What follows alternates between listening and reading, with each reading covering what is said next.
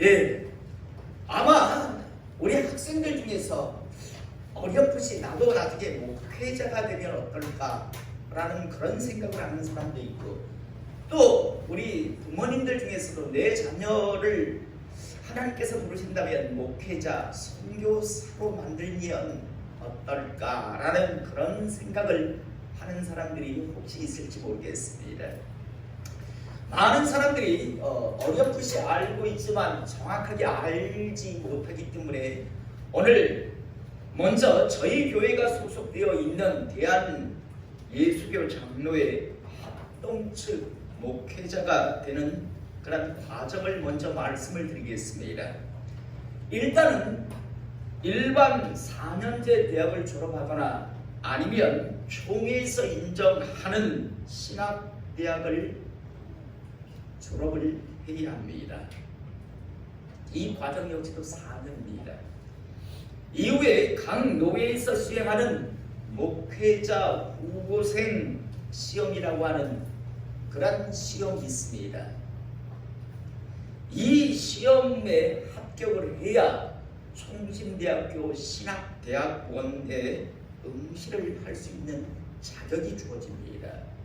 그냥 아무나 신대원의 신학대학원에 원서를 낼 수 있는 게 아니라 반드시 노회에서 시행하는 목회자 후보생 그런 시험이 있습니다.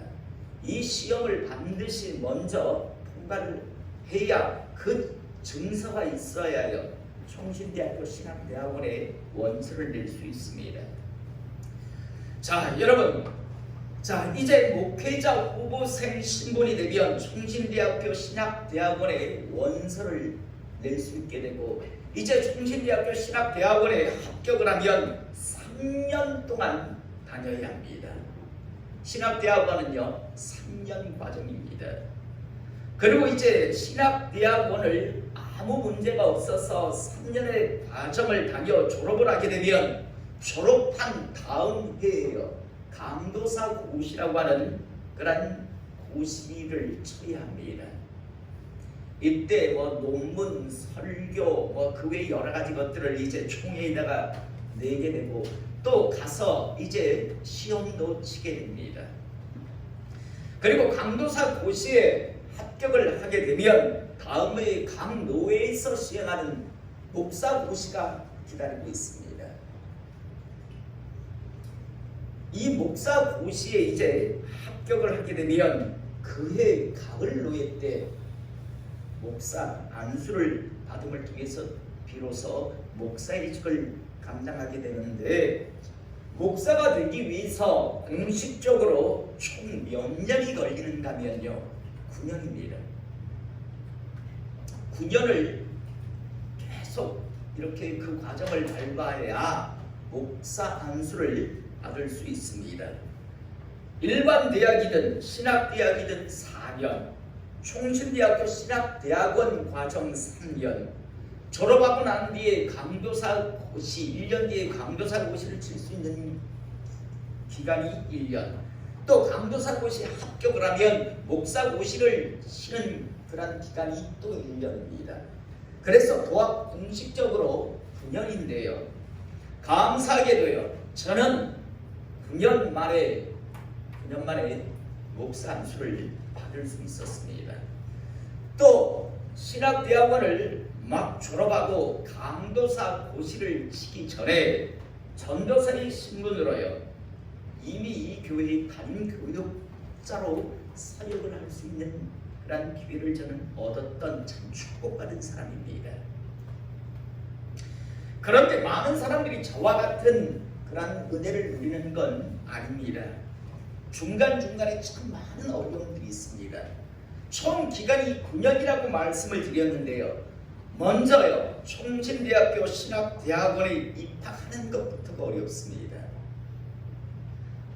대개 제가 아는 제 주변에 있는 목사님들 중에서 3수, 4수, 부산의 망미동에 가면요 한 교회의 목사님은 총신대학교 신학대학원에 들어가기 위해서 15수를 했습니다. 그래서 그분은 지금 목회한 지가 얼마 안 되는데, 그분이 처음 시작할 때 같이 공부를 했던 분들은 각 노회장을 하고 있습니다. 그래서 자기는 노회장 동기를 두고 있다라고 우스갯소리를 이야기하는데 참 서로 곤란합니다. 다시 말해서 지금 신대원 기수로 따지면 저보다 한참 아래예요. 그런데 저보다 신학 전도사라고 사역을 한 건 저보다 또 훨씬 먼저였어요. 나이도 저보다 많고요. 그러다 보니까 서로 참 이렇게 여러 가지 그래서 불편할 때가 있습니다. 15수도 있지만 대개 3년 정도의 그런 시간을 준비해서 들어가는 경우들이 많습니다. 또요 신학대학원에 어렵게 들어가서 공부를 하지만 이 3년의 시간이지만요 3년 만에 졸업하는 분들이 그렇게 많지 않습니다. 중간에 꼭 휴학할 일들이 생겨요. 여러 가지 문제 때문에요. 저하고 부산에서 신학대학을 같이 졸업하고 신대원에 들어갔던 동기가 있습니다. 그 동기 중에서 3년 만에 졸업한 사람은 저밖에 없습니다. 제 동기들 중에 1년, 2년, 심지어 김해에 있는 목사님은 7년 뒤에 졸업을 했습니다. 이상한 그런 일들이 많아요. 그리고 참 많이들 그렇게 휴학들을 합니다. 자, 신대원을 이렇게 졸업하고 나서요 다음에 강도사 고시를 치게 되는데요 강도사 고시 합격률이 작을 때는 60%, 많을 때는 70%입니다. 100명이 치면 한 60명, 70명이 합격을 합니다. 그러니까 3명에서 4명, 10명 중 3명, 4명은 떨어집니다. 한 번 떨어지면요 1년을 그대로 기다려야 합니다. 마치 대학 입시와 마찬가지입니다. 그래서 강도사 고시 2, 3년 두세 번 떨어지면요 교회 사역도 힘듭니다. 우리 전도사님 되게 머리 안 좋고 공부 못하는가 보다 이래가지고 그냥 교회에서 사역을 못합니다. 누구한테 말도 못하고요. 그런 부담감을 가지고 있습니다. 그래서 전 신학대학원을 졸업하고 신대원 강도사 공부를 할 때는요 막 기도원에 들어가서 한 2달씩 그렇게 공부를 합니다. 저 역시도 예전 강도사 고시 치기 전에 구정기도원에 들어가서 한 2달 정도 공부를 하고 와서 시험을 쳤습니다. 같이 공부를 했지만 3명이 공부를 했는데요 2명은 되고 1명이 떨어졌어요. 그때 그래가지고 우리는 합격했다고 좋아서 내려올 때 그 떨어진 전도사님은 저 낙하암으로 갔었습니다. 어디냐니까 낙하암 앞이래요. 뛰어내릴까 말까 지금 고민 중이라고 저한테 웃으면서 그 이야기를 하더라고요. 그리고 다음 해에 합격을 했습니다. 또 그 다음 해에 합격한 분들도 있고요. 자, 여러분 강도사 고시를 거치고 이제 다음 해에 목사 고시를 치는데 이건 노회에서 시행하기 때문에 웬만하면 합격을 합니다. 특별하게 문제가 없으면 합격이 됩니다. 그런데 여러분 강도사 고시를 치고 이제 목사 안수를 받기 전에 강도사 인허를 이제 받고 목사 고시를 남겨두고 근데 목사 고시는 좀 수월합니다. 문제는요 이 1년의 시간 동안 어마어마한 일들이 발생을 합니다. 여러분 강도사까지는요 중간에 포기해도 나도 한때 신하겠어 라고 하면 끝납니다. 그런데 목사 안수를 받고 나면 문제가 달라집니다. 어떤 교회 가서 직분이 어떻게 되십니까? 라고 하는데 목사 안수를 받았으면 목사라 적으면 어떤 교회도 원하지 않습니다. 그렇다고 개척할 마음도 없고 우리 교회 이영규 청년이 한 명 있었습니다. 강도사 인원까지 받았습니다. 신대원을 졸업하고 그리고 강도사 시험을 통과해서 강도사까지 통과했습니다. 이제 목사 고시만 치고 안수만 받으면 되는 상황인데 지금 목회 안 합니다. 그만큼 내면의 갈등이 있습니다. 과연 내가 목회를 해야 하나? 그동안 많은 것들을 교회 안에서 도와왔거든요. 야, 내가 과연 이 목사 안수 받는 게 맞는가? 그래서 강도사까지 통과한 이후에 또 중간에 포기들을 합니다. 자, 여러분 공식적으로는 아까 9년이라고 했습니다. 그런데 실질적으로요 이 9년이요 거의 10몇 년들이 다들 됩니다. 5년 평균적으로 이렇게 그 과정을 통해서 이제 목회자의 그런 과정, 훈련을 받게 되는데요. 여러분, 이렇게 목사가 되면 이제 목사 안수를 받으면요, 이제 안정적인 어떤 보장된 목회가 시작될까요? 소수의 사람들은요, 이미 조직된 교회의 청빙이 되어서 목회를 시작할 수 있습니다. 물론 그것 역시도 쉽지 않습니다. 그런데 대부분의 약 70에서 80%의 그런 목사 안수를 받은 분들은요, 개척을 해야 합니다. 1년에 3,000개의 교회가 개척을 합니다. 그런데 1년에 문 닫는 교회 폐쇄를 하는 교회 또한 1,500개가 됩니다. 끊임없이 개척을 하고, 목사 안수를 받았으니까 목회를 해야 되는데 오라는 데는 없으니까 개척을 하죠. 그런데 그게 만만치 않잖아요. 그러다 보니까 그 속에서 어려움을 겪게 되다가 결국 중도에 목사 안수를 받았지만 중도에 목회를 그만두는 분들이 부직이 있습니다. 참 어정쩡해집니다. 이런 분들은요. 서울에 가면 택시기사의 무슨 한 30에서 40%가 목사 안수받은 사람이라잖아요. 그 정도입니다. 자, 여러분, 저 역시도 이런 유혹을 받은 적이 있습니다. 제가 처음 신학을 시작했을 때 약 한 1년 정도 다니니까 완전히 무식한 사람이었으니까요. 그때 저를 불쌍히 여긴 사람이 저한테 그런 이야기를 하더라고요. 절대 신대원 못 가십니다. 절대 신대원 못 가시는데 목사가 꼭 되고 싶으시면 제가 방법을 하나 가르쳐 드릴까요? 라고 하더라고요. 그래서 무슨 방법이 있냐니까, 저 사직동, 여기 사직동 사람들 있죠. 그 버스 정류소 옆에 보면 예전에 교회 하면서 무슨 신대원 이렇게 간판이 붙여진 데가 있습니다. 거기 가시면 아마 내후년쯤 되면 목사 안수 받으실 수 있을 겁니다. 그 길을 택하시죠. 제가 봐도, 한만 봐도 우리 신학교만 들어가면 전도사를 불러서 신전도사님은 절대 신대원 못 들어갑니다. 한 10년 하셔도 들어갈까 말까 한데 그러지 마시고 그냥 그 쉬운 길로 가십시오. 나이도 그때 거의 40이 다 가까워졌으니까요. 그래서 찾아간 적이 있습니다. 찾아가서 내가 이러이러한 상황인데 목사 안수 받을 수 있습니까? 그러니까 한 2년 뒤에 드리겠습니다 라고 하더라고요.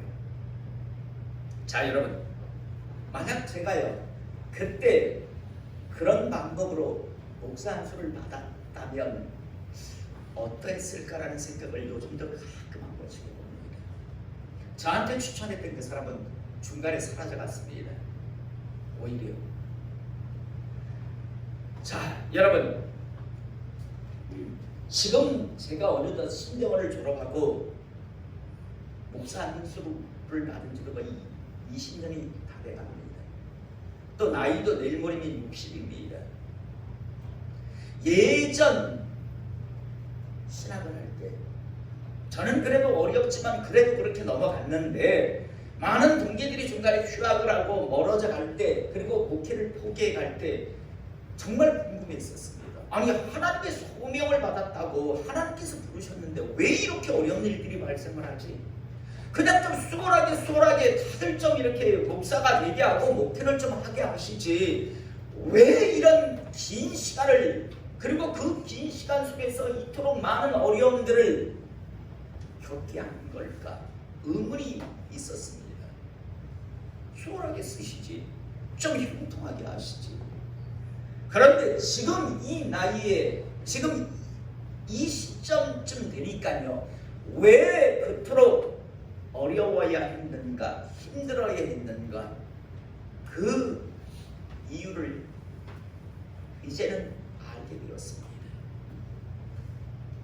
하나님께서요, 그 오랜 시간이요, 그냥 빨라도 9년이고 심지어 15년, 20년까지 걸리게 하고 또 그 과정을 거쳤음에도 불구하고 중간에서 또 목회를 그만둬야 하는 일들이 왜 일어나는가? 여러분, 하나님께서 그렇게 오랜 시간 훈련을 받게 하는 이유는요, 단순히 어떤 너는 신학적인 지식을, 성경 지식을 많이 쌓아야 한다가 아니라요, 그 기간 동안 하나님께서는 자신에게 맞는 사람, 즉 하나님 보시기에 쓸 수 있는 사람, 쓸만한 사람인가를 훈련시키시고 다듬으시는 기간이었다는 걸 알게 됩니다. 인간 입장에서는 빨리 그냥 쓰임받고 싶은데 하나님은 아무나 쓰는 게 아니라 하나님 쓰실 만한 사람, 하나님 일에 합당한 사람을 일단은 훈련시키고 그리고 이제 준비되었는가를 확인하는 그런 기간들이라는 것을 알게 되었습니다. 다르게 표현할까요? 회사에서 직원을 뽑습니다. 직원을 뽑는 이유가 무엇일까요? 돈이 남아 돌아서 봉급 주고 싶어서요? 회사에서 직원을 뽑는 이유는 쓰기 위해서입니다. 일을 시키기 위해서입니다. 하나님 역시도 많은 사람들을 부르는데 천국 가게 하는 게 목적이 아니라 하나님은 하나님의 영광을 위해서 쓰실 일꾼을 부르시는 겁니다.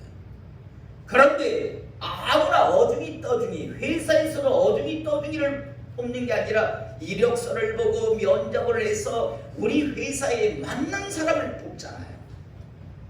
우리 회사에 합당한 사람을 뽑듯이 하나님 역시도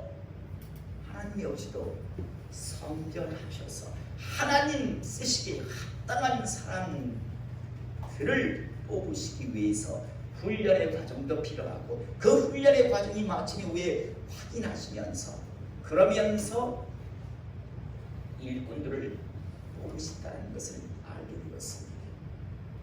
그런데 여러분, 이것이 목회자에게만 국한되는 일일까요? 여러분, 이런 일은 하나님께 사용되고 쓰임받는 부름받은 모든 사람들에게도 적용된다는 사실을 잊지 않기를 시간 축복합니다. 여러분, 많은 사람들이 이런 생각을 합니다. 그냥 교회 들어오면 천국 백성 됐다, 나도 이제 생명록에 내 이름이 올라갔다. 착각하지 마십시오. 이제 여러분들은 이 교회 안에서 신앙의 여정을 통해서요, 이제 하나님 앞에 훈련받기도 하고 하나님 앞에 확인받기도 합니다.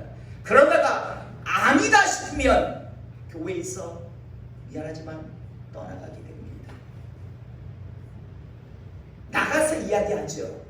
나는 목사가 마음에 안 들어서, 나는 교회가 마음에 안 들어서, 나는 장로가 권사가 마음에 안 들어서라고 이야기하지만 그건 자기 입장에서의 변론이라고요. 하나님 입장에서 볼 땐 넌 내가 훈련시켜 왔는데, 넌 내가 확인해 왔는데 넌 쓸만하지 못했어, 넌 내가 쓰기에 합당하지 않아, 이 의미라고요.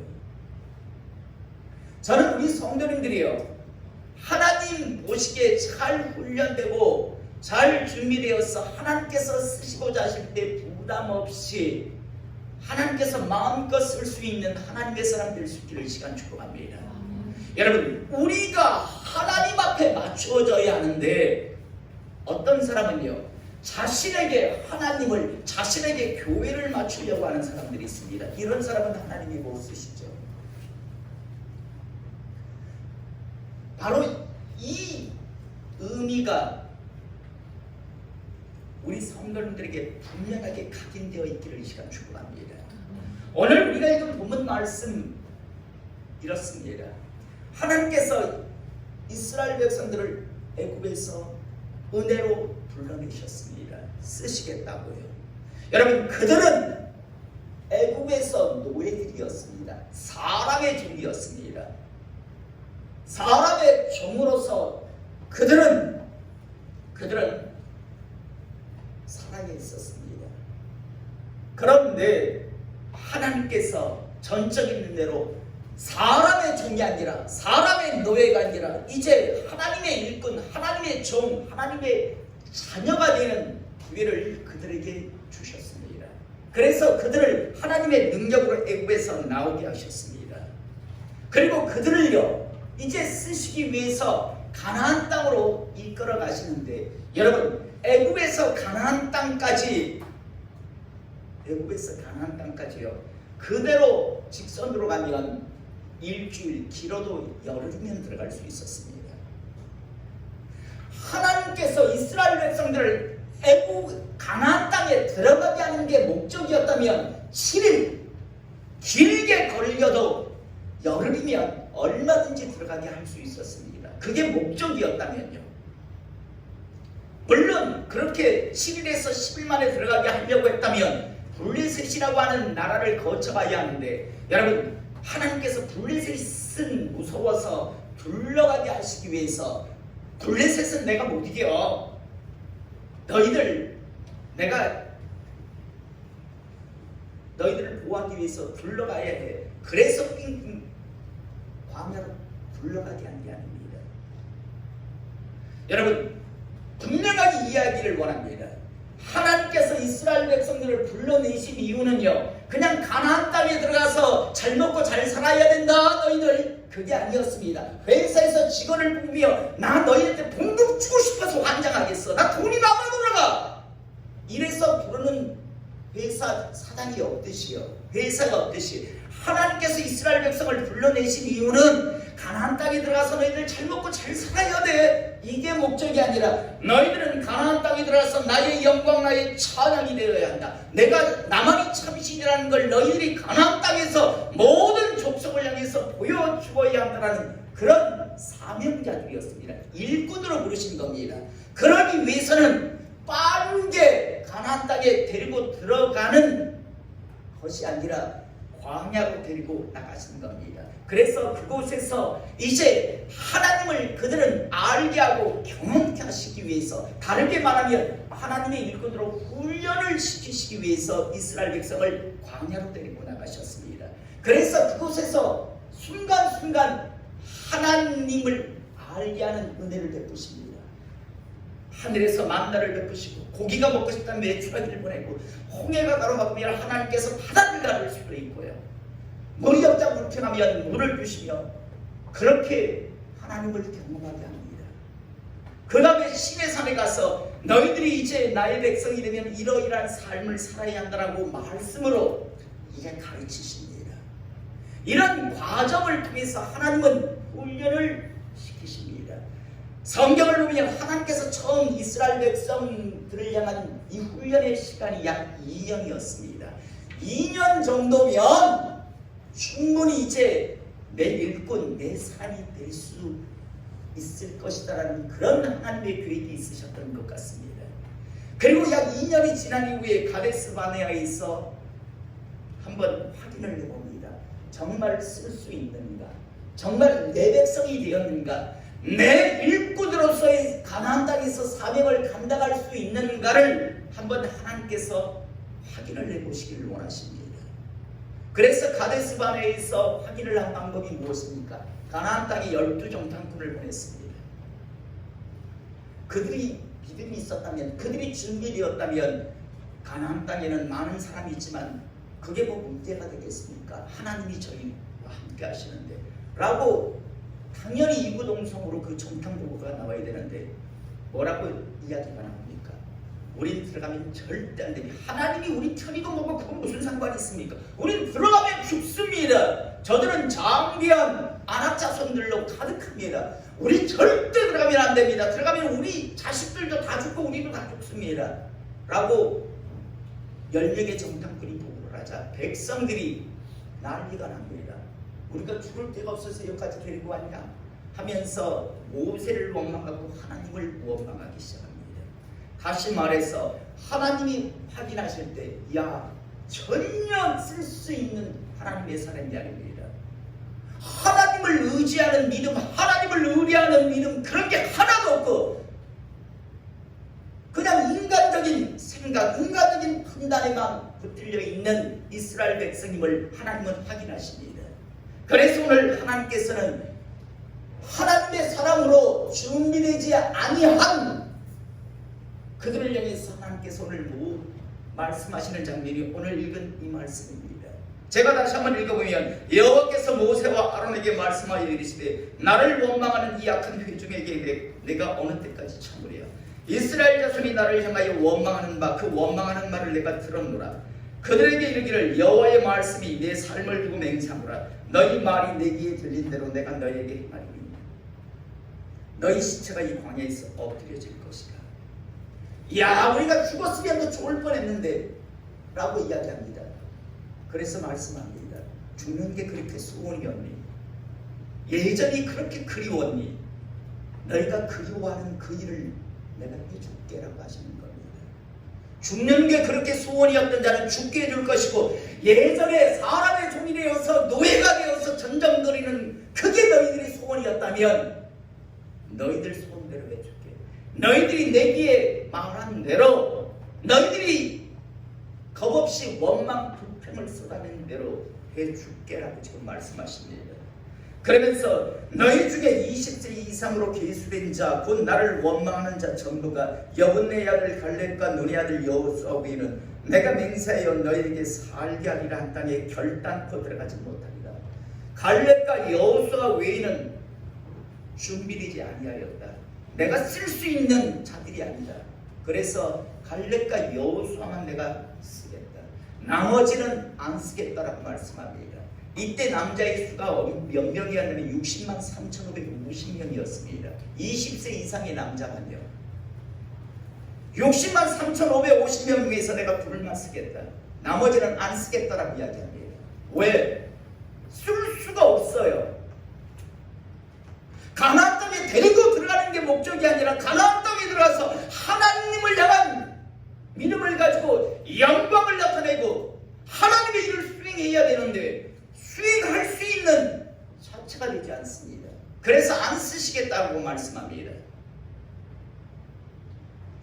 그러면서 31절 너희가 사로잡히겠다고 말하던 너희의 유아들은 내가 인도하여 드리니 그들은 너희가 싫어하던 땅을 보려니와 너희의 시체는 이 광야에 엎드려질 것이요 너희의 자녀들은 너희 반역한 죄를 지고 너희의 시체가 광야에서 소멸되기까지 40년을 광야에서 방황하는 자가 되리라. 2년을 계획하셨는데 이제 너희들은 이제 앞으로 38년 동안을 이 광야에서 훈련을 받아야 할 것이다. 이 여러분 나머지 38년 도와 40년의 기간은 쓸 수 없는 자들이 죽어가는 기간이었고요. 이제 20세 이상의 자녀들이 성장하는 기간이었습니다.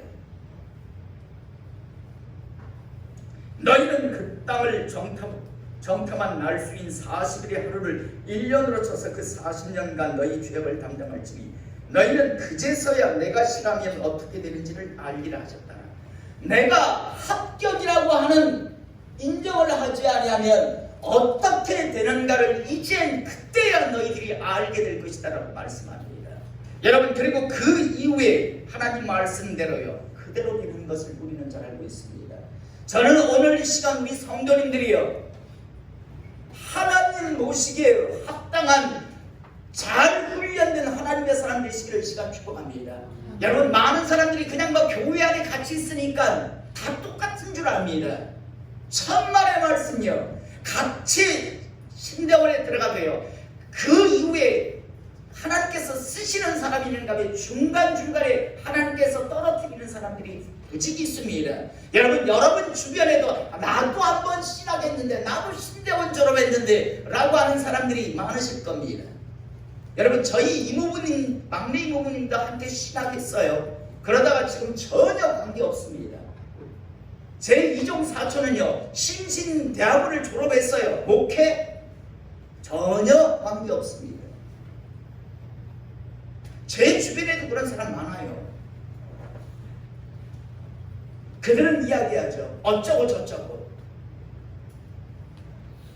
그건 자기 입장에서 변론이죠. 그런데 하나님의 관점에서 볼 때 내가 훈련시켜 맞다. 근데 넌 못 쓰겠더라.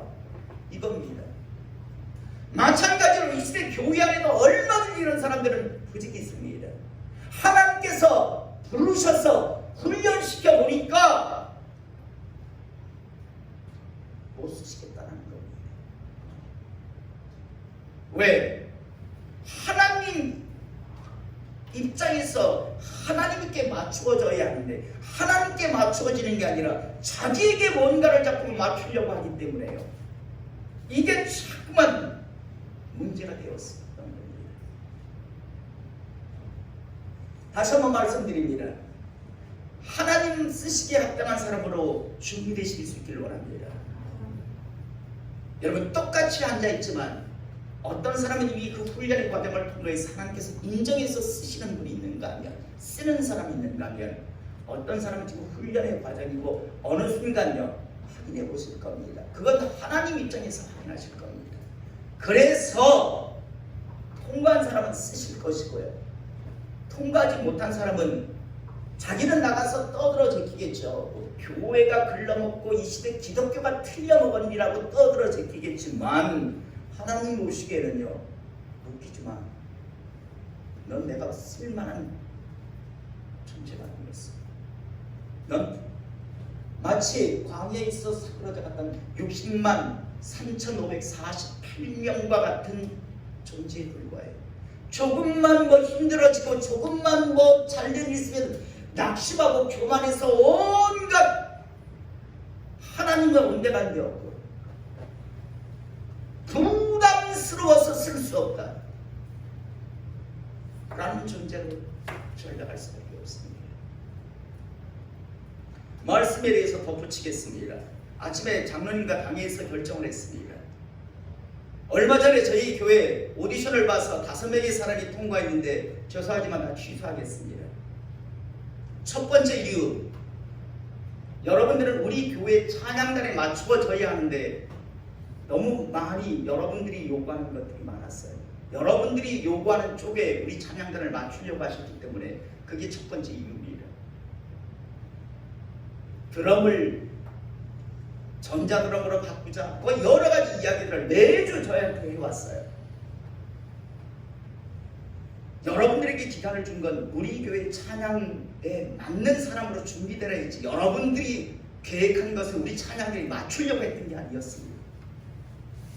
그게 첫 번째 이유입니다. 두 번째, 여러분들은 좋은 생각으로 제안이라고 하셨다고 생각할 겁니다. 그런데 앞으로 여러분들이 계속 찬양날이 있으면 여러분들이 요구했던 것들이 응해지지 않으면 불편이 될 겁니다. 여러분들을 위해서입니다.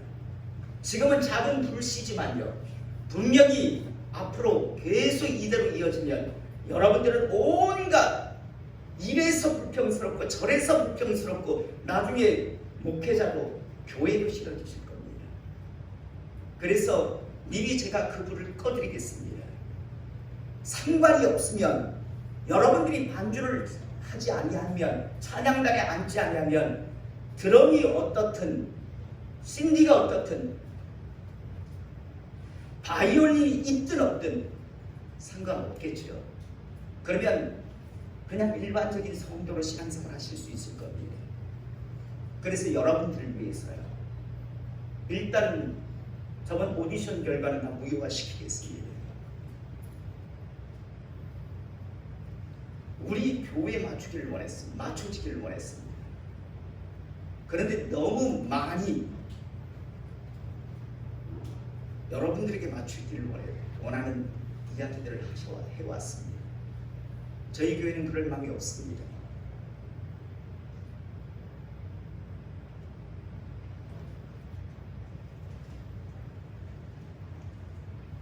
말씀을 정리하겠습니다. 하나님께서 기회를 주셨습니다. 이스라엘 백성들은 하나님에게 맞춰줘야 했습니다. 자기들에게 맞추시는 하나님을 맞추려고 하는 것이 아니라 하나님께 맞춰줘야 했었습니다. 하나님은 2년이면 충분히 맞춰질 것이다 라고 생각하셨습니다. 그리고 확인하셨습니다. 그런데 쓸 수 없었습니다. 갈렙과 여호수아 외에는 하나님을 향한 믿음이 없었기 때문에 그래서 오늘 하나님께서는 선언하십니다. 나는 나머지는 안 쓰겠다고요. 준비된 갈렙과 여호수아를 쓰겠다고만 쓰겠다고요. 여기는 우리 모두 마찬가지입니다. 하나님께 맞춰주십시오. 저도 결국 하나님께 맞춰지지 않으면 어느 순간 버려질 겁니다. 이 목사의 직업을 감당하지 못하게 하실 겁니다. 우리 주변에 얼마든지 그런 사람이 있으니까요. 마찬가지로 여러분들도 마찬가지일 겁니다. 하나님 보시기에 우리 모두는 어차피 부족하고 연약한 존재들입니다. 잘나고 똑똑해서 부름받은 사람들은 아닙니다. 하지만 하나님께서 은혜를 주셔서 기회를 주시고 훈련을 시켜주실 때 훈련되시기 바랍니다. 그래서 어느 순간 하나님께서 쓰시고자 하실 때 그래 너는 내가 쓰는데 부담이 안 된다. 내가 너는 마음껏 쓸 수 있다라는 그런 사람으로 준비되시기 바랍니다. 마치 갈렙과 여호수아 같이요. 쓰시려고 하니까 너무 부담스럽다. 널 쓰기에 내가 너무 부담스러운 존재다. 불편하다니까. 그래서 안 쓰겠다라고 하신 그런 선언을 나누는 오늘 시간 단 한 번도 없기를 이 시간 축복합니다. 오늘 말씀에서도 준비되지 않은 자는 결단코 쓰시지 않으신다는 말씀입니다. 여기서 준비된다는 건 하나님 보시기에 합당한 사람 준비된 겁니다. 하나님 보시기에 준비되지 않냐했다면 그 사람은 쓰임받지 못합니다. 그래서 수많은 신학생들이 중간에 목회를 그만두고 탈락하는 것이고 교회 안에 있는 수없이 많은 사람들이 중간중간에 탈락하는 겁니다. 제가 지난 금요일날 말씀드렸잖아요. 신실했던 믿음의 가정이었습니다. 그런데 결국 그 가정은 다 깨졌습니다. 정신병원에 아들이 자식이 자기 엄마를 정신병원에 집어넣어버렸습니다.